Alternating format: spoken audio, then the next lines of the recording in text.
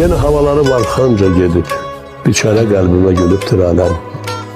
Elə düşünmə ki, mənliyi bitib səninlə küsür qala bilmir. Ümiddən danışma, onu üzmüşəm. Zamandan soruşma, tamam bezmişəm, talihdən küsmüşəm, bəxtdən küsmüşəm. Səninlə küsür qala bilmir. Qəmər döndü xoş keçən günlər, mənimlə sirdaş keçən günlər. Səni bir də görmək istərdim, qayıdardı kaş keçən günlər.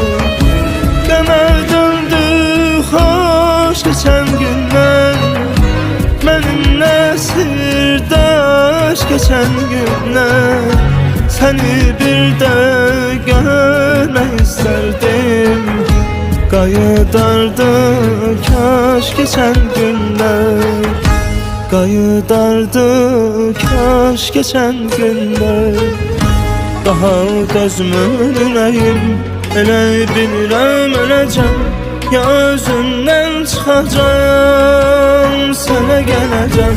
Gülüm olsa da əziz, bu eşq olmaz bildik, gəlmədi göz gözəmiz. Gözə gəldik, qayıtmaz geri bir də, onu Allah salma, məni saldı dərdə.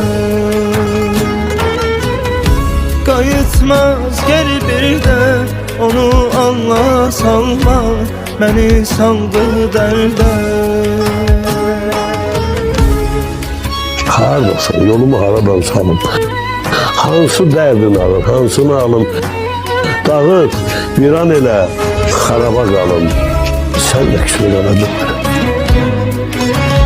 Razıyam, sallanım dar ağacından, əl çəkən zəli təkör ağacından, qanarən yaşamaq ehtiyacından. Sən də küsür qala bilmir. Deyər qəlbim sözünü, yenə qarşına çıxsam, görür gözlərin üzünü. Hara baxsam, gəzib sərda bağını, ətirli gül dərdim, ömrümün xoşağını sənə verdim. Qayıtmaz geri bir də, onu Allah salma, məni saldı dərdə. Qayıtmaz geri bir də, onu Allah salma, məni saldı dərdə.